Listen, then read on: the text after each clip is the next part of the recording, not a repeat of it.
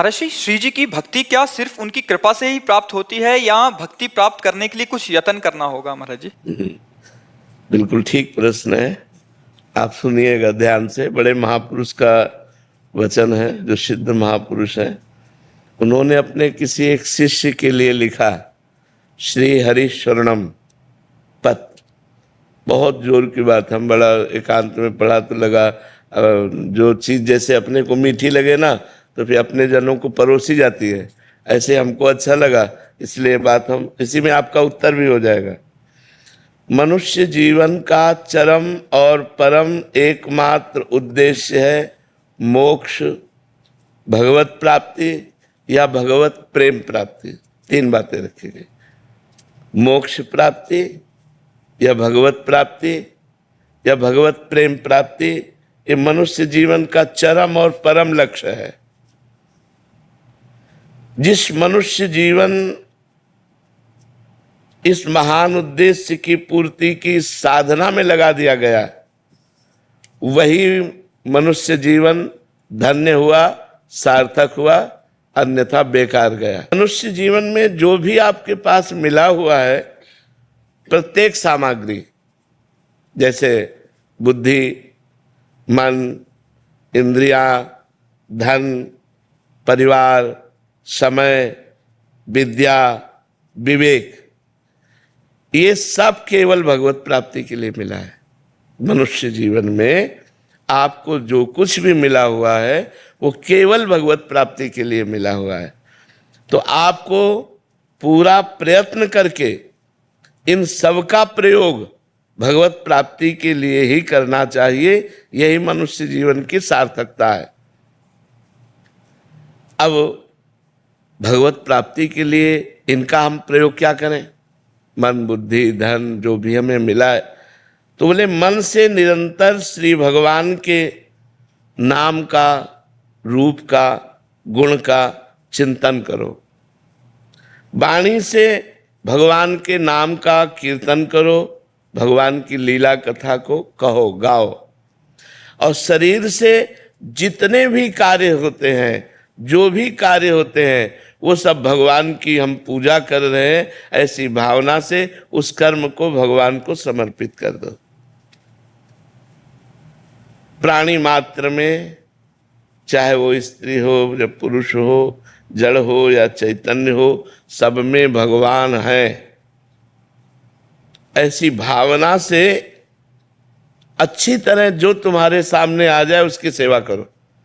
जो तुम्हारे सामने आ जाए अच्छी तरह सेवा करो। जैसे कोई आपसे बात पूछ रहा है तो बहुत अच्छी तरह उत्तर दीजिए। कोई बीमार है, हो सके तो आप उसकी अच्छी सेवा कीजिए। सब में भगवान विराजमान है।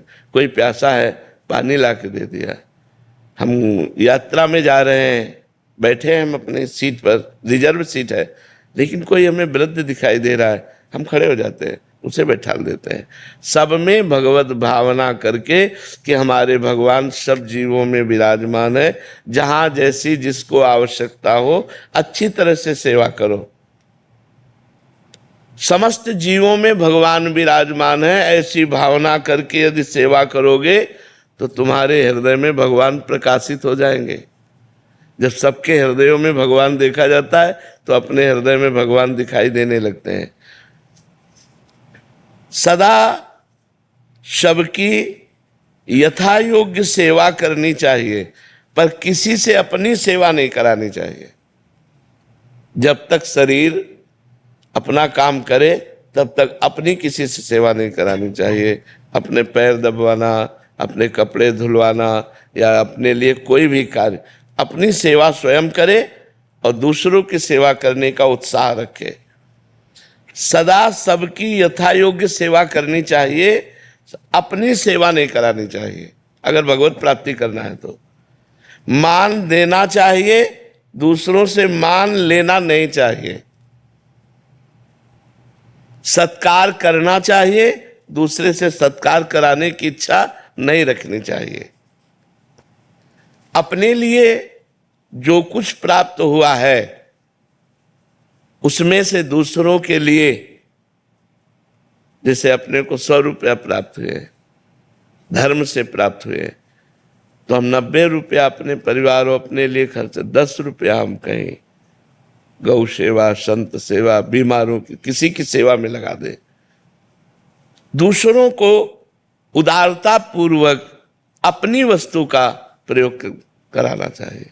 उदारता पूर्वक अपने पास 4 रोटी है, 1 रोटी ली, चिड़िया, गाय, कुत्ता किसी को दे दिया, ये रोज का नियम रखना चाहिए।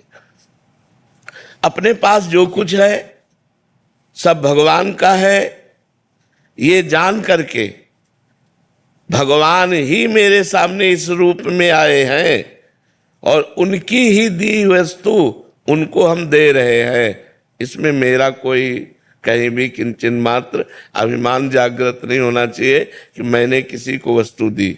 भगवान की दी हुई वस्तु भगवान को ही दे। तो दीयम वस्तु गोविंदम तो बिमेव समर्पय। बहुत सुंदर बात है, अध्यात्म की है। अगर हम दूसरों का उपकार करते हैं, दूसरों को वस्तु देते हैं, दूसरों की सेवा करते हैं, तो हमें नम्रता बढ़नी चाहिए, अभिमान नहीं।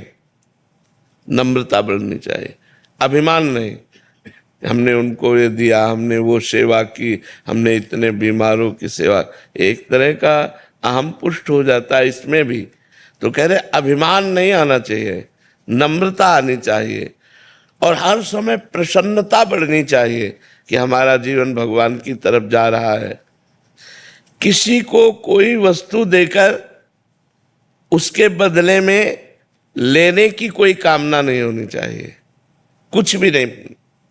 आपकी वस्तु थी, आपको दे दिया हमें, हे भगवान तो दीयम वस्तु गोविंदम तो बिमेव समर्पय। कुछ बदले में लेने की चाह नहीं होनी चाहिए। अपने लोगों की चाह होती है, इतनी तो होती है कि वो मुस्कुरा के हमको धन्यवाद कहे। संसार के भोगों में सुख है, ये बात धीरे धीरे मिटा दो। अगर भगवत प्रेम प्राप्त करना है, मोक्ष प्राप्त करना है या भगवत प्राप्ति करना है, ये धारणा जब तक नहीं मिटेगी तब तक संसार के भोग हमें आकर्षित करेंगे और वो क्रियाएं बनेंगी जिससे भगवत विमुक्ता रहेगी, न भगवत प्राप्ति होगी न मोक्ष। इसलिए संसार में सुख है, ये धीरे धीरे धारणा हटाओ। भगवान के नाम में सुख है, भगवान की लीला में सुख है, भगवान के गुणों में सुख है, भगवान के धाम में सुख है, ऐसी भावना करो। ये संसार दुखालय भगवान ने कहा है, इसमें सुखों की लेबिल लगा के दुख बिकता है। लगता है सुख है लेकिन होता दुख है। असुखम दुखालयम दुख योनयः, ये शब्द संसार के लिए कहे गए। असुखम, इसमें सुख नहीं है। दुखालयम, ये दुख का आलय है। दुख योनया, इसमें जो भी भोग भोगोगे परिणाम में दुख ही प्राप्त होगा। इस विचार से भगवान में सुख है, ये अंदर भावना बैठा लो, तभी भजन बनेगा। नहीं तो जिसका सुख बुद्धि संसार में होती है तो वही मन जाता है, वही चिंतन जाता है, भजन नहीं बनता। दूसरों के अधिकार को मत छीनो, दूसरों के कर्तव्य की रक्षा करो और अपने कर्तव्य का पालन करो। इंद्रियां बहिर्मुख मत रखो, अंतर्मुख रखो। सावधानी पूर्वक निरंतर भगवान का नाम जप करो। मन में प्रमाद मत लाओ, नाम जप करो। सदा उसको जबरदस्ती भगवत चिंतन में लगाए रखो मन को। मन के द्वारा जिसका भगवान नाम जप होता है, शरीर के द्वारा जिसकी भगवत सेवा होती है, वो निश्चित भगवत प्राप्त हो जाता है। आसक्ति, कामना, ममता और अहंकार, इसी से पाप और दुख बनते हैं। किसी भोग में आसक्ति, किसी व्यक्ति में आसक्ति, कोई भोग की कामना, किसी पद की कामना, धन की कामना, परिवार की ममता, शरीर का अहंकार, विद्या का अहंकार, धन का अहंकार, इन्हीं से पाप बनते हैं। अतएव बहुत सावधानी पूर्वक संसार की आसक्ति, कामना, ममता और अहंकार का भगवान नाम जप और सत्संग के द्वारा इनका नाश कर दो। इनका नाश करने की साधना करनी चाहिए। हमारी कामना नष्ट हो जाए, हमारा अहंकार नष्ट हो जाए, हमारी ममता नष्ट हो जाए, हमारी आसक्ति नष्ट हो जाए, ये सब कुछ नष्ट हो जाएगा भगवान के नाम जप से। कामना भगवत प्रेम की करो कि हे भगवान आपसे हमें प्रेम हो जाए, हे भगवान आप हमें मिल जाओ। ममता केवल भगवान के चरणों में करो। अहंकार इस बात का करो कि मैं भगवान का हूं, मैं भगवान का दास हूं, मैं भगवान का सखा हूं, भगवान मेरे पिता, मैं उनका पुत्र हूं, भगवान मेरे स्वामी, मैं उनका सेवक हूं। ऐसी ये जो दूषित आसक्ति है, कामना है, ममता है, अहंकार है, जब तक इसका नाश नहीं होगा तब तक ना भगवत प्रेम प्राप्त होगा, न मोक्ष प्राप्त होगा, न भगवत प्राप्ति होगी। धन, पद, स्वास्थ्य, ऊंची जाति में जन्म लेना, विद्या लेना, विद्वान होना, ये सब अहंकार पैदा करते हैं। जिनमें अहंकार न हो और अपने को सबसे छोटा समझे, ये होने पर भी वो भगवत प्राप्त हो जाएगा। किसी भी प्राणी से कभी द्वेष तो करो मती, तुमसे जो द्वेष करे उससे मित्रता का व्यवहार करो। बड़ा कठिन है भगवत प्राप्ति का मार्ग। किसी भी प्राणी से द्वेष करो मती, वो तुमसे द्वेष करे तो तुम मित्रता का व्यवहार करो। वो हमसे द्वेष कर रहा है और हम उससे मित्रता का व्यवहार करें, तभी भगवत प्राप्ति होगी, तभी भगवत प्रेम प्राप्त होगा। जब तुम्हें दुख दे, ये बिल्कुल उल्टा है। जब तुम्हें कोई दुख दे तो करुणा में भगवान का मंगल विधान समझो, हमारे पाप नष्ट हो रहे हैं। और बन जाए तो उसको सुख देने की चेष्टा करो जो तुम्हें दुख दे रहा है। करत जे अनसहन निंदक तीनों पे अनुग्रह कियो। देखो शरीर से प्राण कब चले जाए पता नहीं, इसलिए पूरी तैयारी कर लो जिससे इसी जन्म में जितना हमारा जीवन है इसी में भगवत प्राप्ति हो जाए।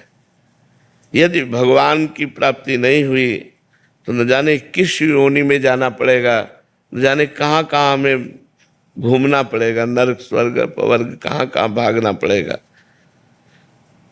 तुम्हें हम नियम बताते हैं, आवश्यक हो तो बोलना, नहीं तो मौन रहना।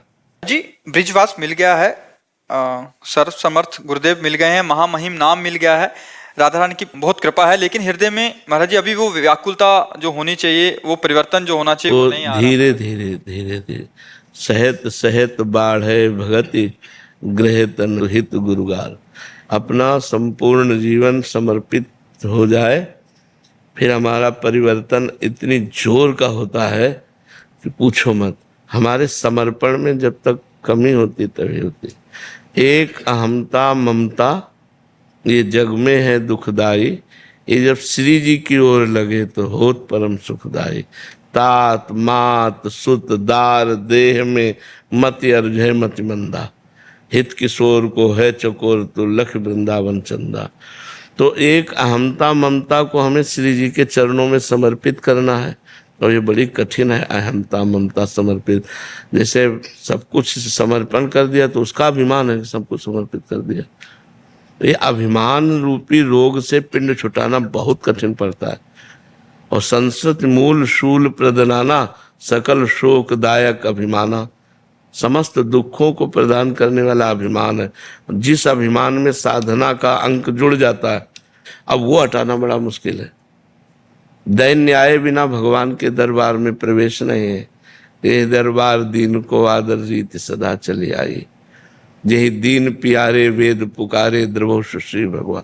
एकदम अपने को तृण से भी नीच मानना, सब में भगवान को देखना, सबको नमस्कार करना, निरंतर नाम जप करना, गुरुदेव की आज्ञा में रहना, अभी सब ठीक हो जाएगा।